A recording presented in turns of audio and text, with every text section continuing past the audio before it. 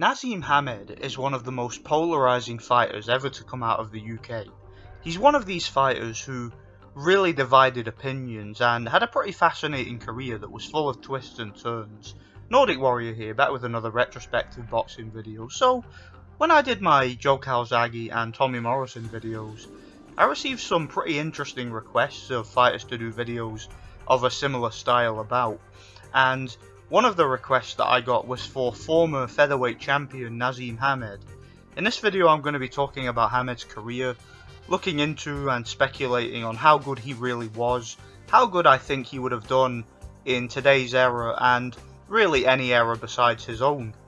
So Hamed turned professional in the early 90s in the bantamweight division.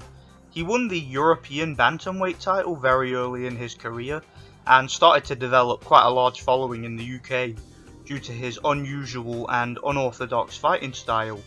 He was a product of the Brendan Ingalls stable. For anybody who's unfamiliar with the Ingalls, basically they train their fighters to fight with that hands down reflex based fighting style. Forget a high guard and basic boxing fundamentals. For them it's all about reflexes, timing, weird angles and just a really ungainly unorthodox style. Think Harold Graham, Johnny Nelson, Junior Witter for a few examples of that style. Well, Naseem Hamed took that hands down reflex based Ingalls fighting style to a whole new level. His style was so unique and so unusual and unlike any other. He would never use a guard, he would never rely on any kind of basic boxing fundamentals, and he would do things in a boxing ring that you would very rarely see any fighters get away with. Such a difficult style to train for and nearly an impossible style to teach. Of course, this style, as we've talked about on this channel in the past, it comes with some pretty major issues and some major problems of its own, but we'll get to that. Hamed was known for his devastating knockout power. He had several brutal highlight reel KOs in the early part of his career, and he tended to really rely on his uppercuts. He was a two-handed puncher. He could put you to sleep with an uppercut from either hand and was much more powerful than your average featherweight. In 1995, upon moving up to the featherweight division, because he was a huge bantamweight, he fought Steve Robinson for the WBO World Featherweight title over in Wales, stopping him in the 8th round after a dominant performance, dropped him multiple times and basically forced him to capitulate and forced the corner into stopping the fight.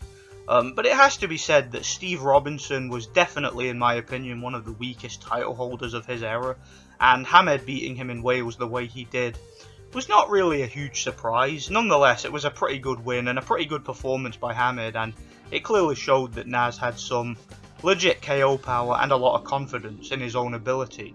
A couple fights later, Hamed fought a guy called Daniel Alessia, and it was a great fight that actually only lasted 2 rounds. Hamed got dropped in the first round and quite badly hurt. He was heavily chin checked in that fight, and it looked as if he was going to get taken out pretty quickly, but he fought his way back into the fight, and in the second round he brutally KO'd Alessia with a vicious left uppercut. Even though the fight only lasted 2 rounds, it certainly told us a lot about Naseem.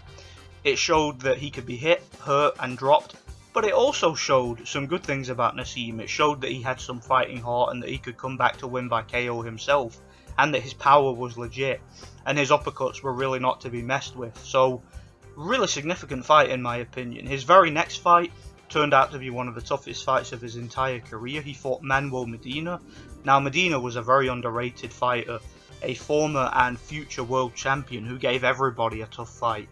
And he was the type of fighter who, if you weren't prepared, he would upset you. That type of fighter. Just a guy who could always spoil the party. Good boxer, good skills, lots of experience, very good jab, very good movement. Just a pretty good boxer.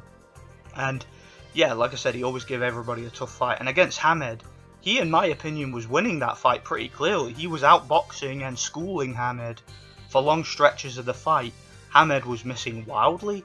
He was getting pieced up by the jab all night and the straight right hand of Medina, and it was really a envision of what was going to happen to Naz towards the end of his career, because I think a lot of his flaws were exposed in that fight. But unfortunately for Medina, as good a fighter as he was never a big puncher at featherweight, so Naz realised that he could take more and more risks in the fight and his power would eventually win him the fight. So he got chin checked multiple times and was able to sort of will his way to victory. He was just a bigger, stronger man. He dropped Medina 3 times, and also there was a clash of heads in the fight which did some serious damage and caused Medina to have some problems with his eye. And Medina's corner after the 11th round, after seeing that he was down 3 times and had a major eye injury, they decided to stop the fight. That fight, while once again proving that Nas had some heart and courage, it also showed that he had some major defensive holes and some pretty big flaws in my personal opinion. I think he got a little bit lucky in that fight. I actually believe that if those two had a rematch, I actually think that Medina might have beaten Nas, because Nas, like I said, he made a lot of mistakes in the fight, and he really just, it was his persistence and his size and power which won him the fight. And some of you might not agree with this, but I actually think that Medina had that fight won. It's just he threw it away by deciding to brawl with Nas in the later rounds. Whereas in my personal opinion, I think it would have suited him to just continue with his smart boxing, using his jab and picking him apart with that straight right hand from distance. But either way, it was a good performance from Nas, considering the difference in boxing skill between the two. And again, it showed that he had durability, and his power was going to be a big problem at featherweight.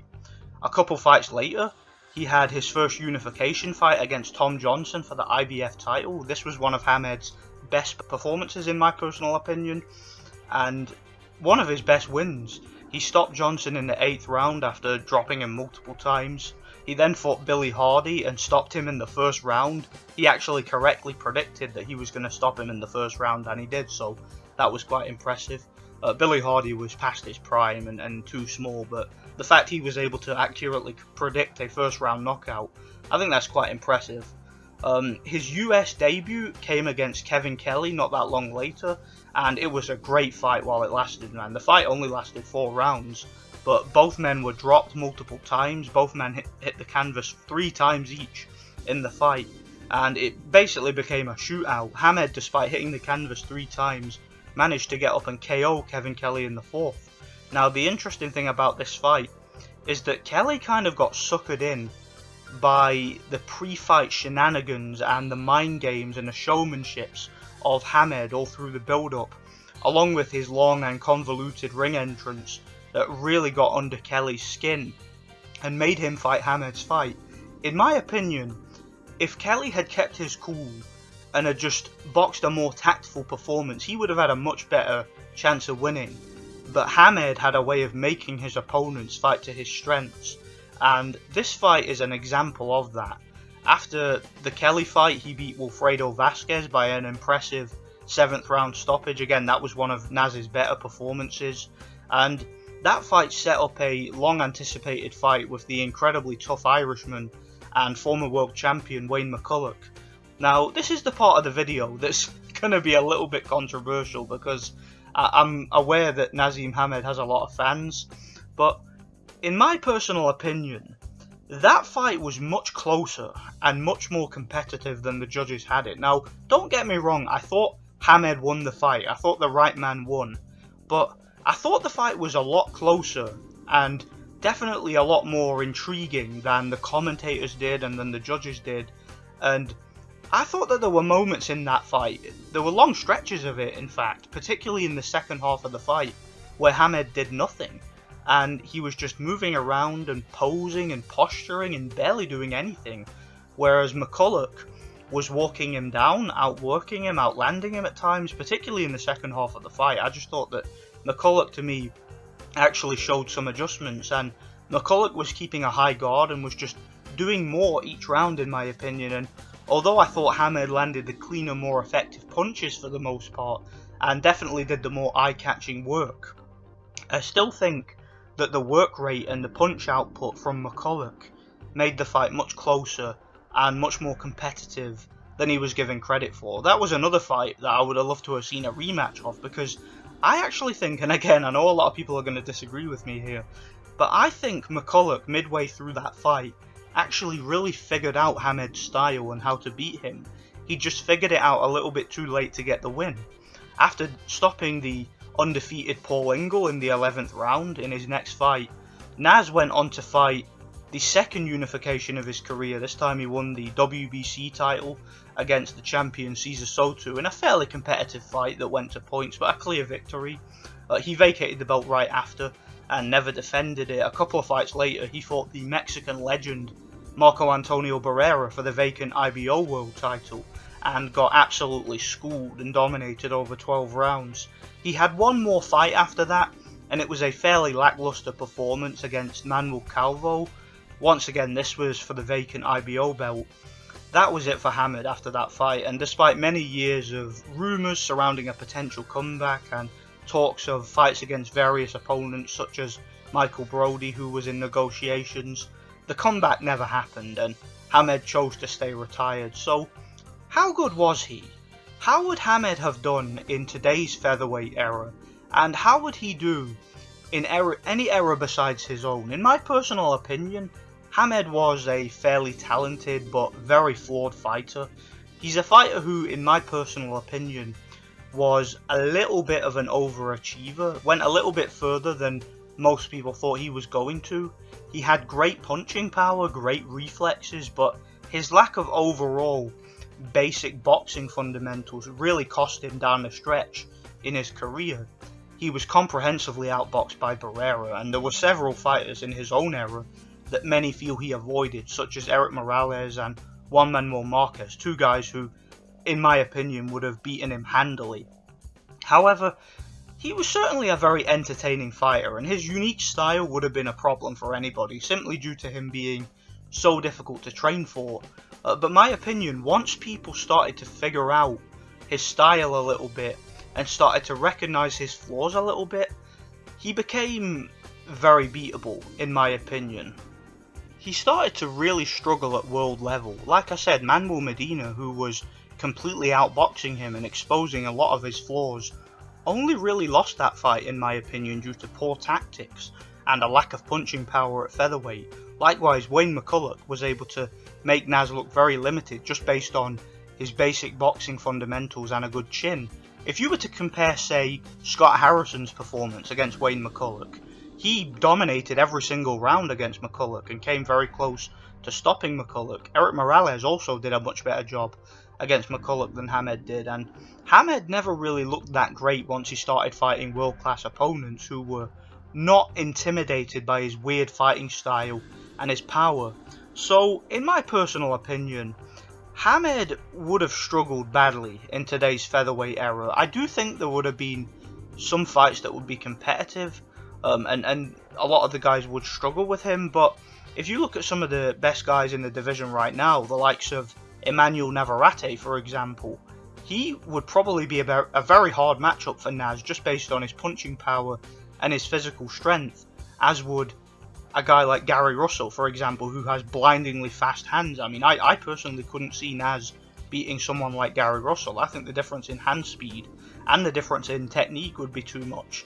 You have some good volume punchers, for example, the likes of Leo Santa Cruz and Josh Warrington right now.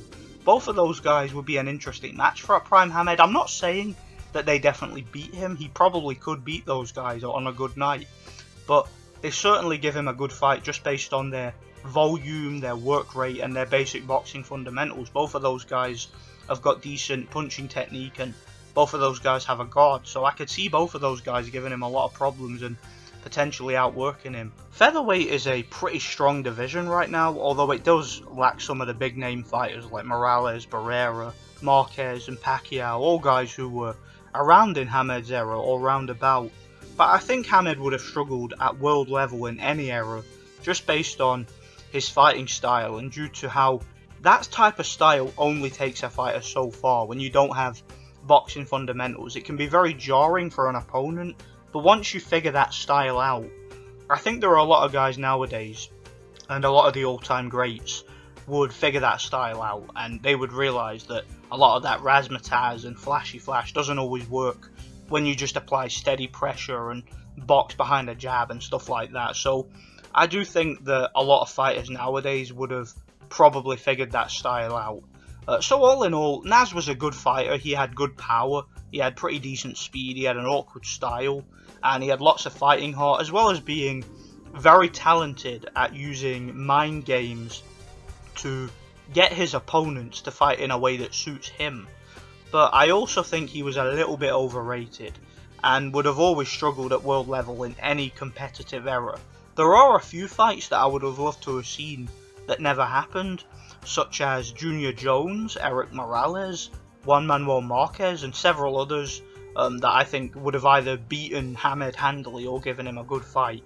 Like I said before, I would have loved to have seen him rematch Manuel Medina, because that's a fight I personally think he would have lost if he'd given him the rematch, because like I said, the only reason that Medina lost that fight was because he decided to brawl with Hamed, when if you look at that fight objectively, he was comfortably outboxing Naseem Hamed whenever he just decided to box and throw straight punches, and all that head movement and reflex based stuff from Hamed wasn't working. It only started working when he was able to draw Medina in with the showboating, and when he was able to brawl with him and use his size and strength. So I think he might have lost that rematch personally. Same with Wayne McCulloch. I think he figured out Hamed's style midway through the fight, and he might have beaten him in a rematch. I know that that's not a popular opinion, a lot of people disagree with me, but I genuinely think that a lot of Naz's flaws that we saw in the Barrera fight were exposed by those guys, Manuel Medina and Wayne McCulloch. Another fight I would have loved to have seen for Naseem Hamed was Scott Harrison, who became world champion shortly after Hamed retired. I personally think that would have been a great fight, and much more competitive than most people think. Speaking of Scott Harrison, stay tuned for my next video where I'll also be breaking down his career and discussing how good I think he was, and giving you guys some retrospective thoughts on him and how he would have done in any era besides his own. I'm really looking forward to doing that video. Thanks for watching, guys. I really enjoyed rewatching and studying these fights and speculating on Hamed's career. Let me know if you guys disagree with anything I've said here. Stay tuned for more retrospective boxing videos like this one. If you have any suggestions for fighters to talk about, it could be any fighter from any country, doesn't bother me, just let me know in the comment section. Let me know what you guys think of what I've said here, and like I said, if you disagree with me, let me know in the comment section. Stay tuned for more videos. Thanks for watching, guys. God bless.